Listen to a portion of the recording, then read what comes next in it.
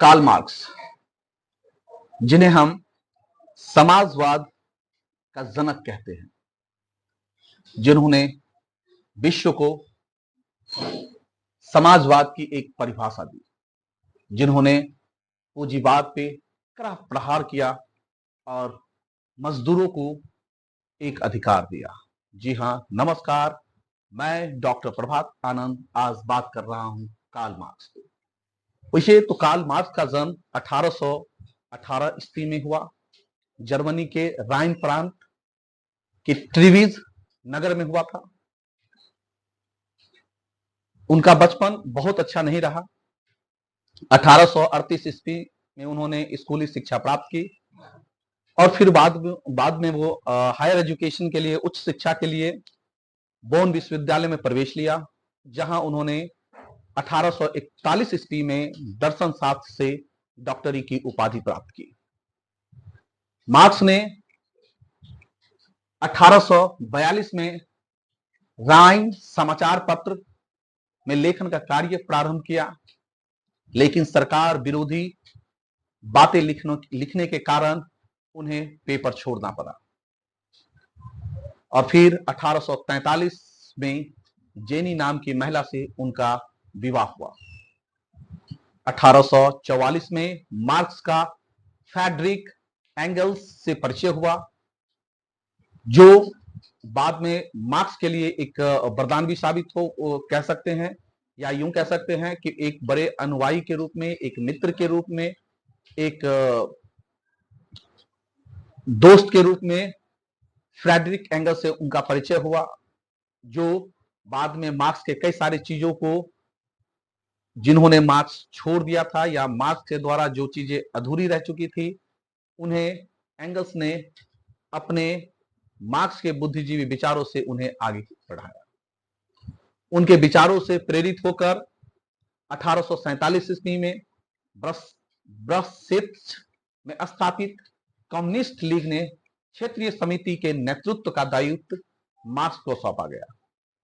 1848 में कम्युनिस्ट घोषणा पत्र प्रकाशित हुआ और यहीं से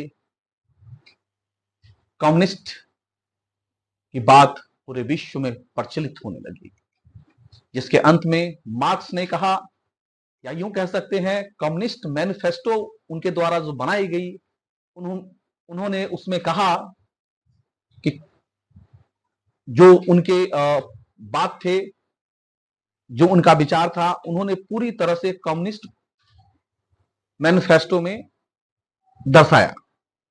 मार्क्स ने कहा, कम्युनिस्ट क्रांति के डर से शासक वर्ग को कांपने दो, अर्थात जो कम्युनिस्ट की क्रांति हुई, क्रांति अर्थात बदलाव, क्रांति का मतलब क्या होता है? बदलाव।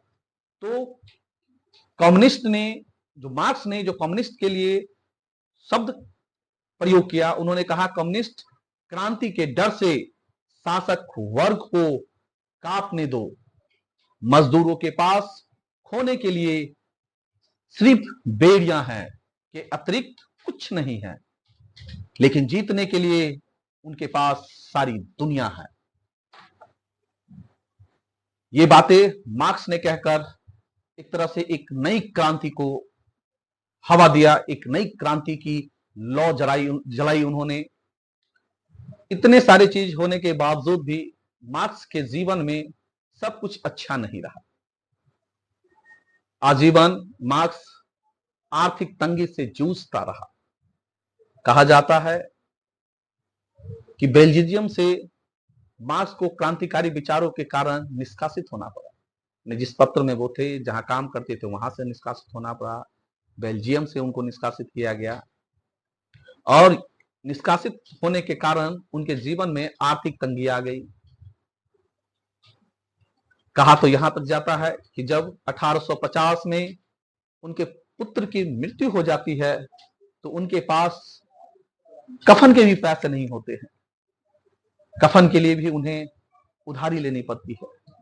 एक इतने बड़े विचारक, इतना बड़ा समाज सेवी, और उनके साथ भी आर्थिक तंगी का ये आलम है। फिर उन्होंने दास कैपिटल लिखा, जो 1867 ईस्वी में उनका प्रथम खंड आया, जर्मन भाषा में प्रकाशित हुआ। इसमें उन्होंने पूंजीवाद पर बड़ा गंभीर विश्लेषण किया। वैसे भी मार्क्स के जीवन में पूंजीवाद ही सब कुछ रहा।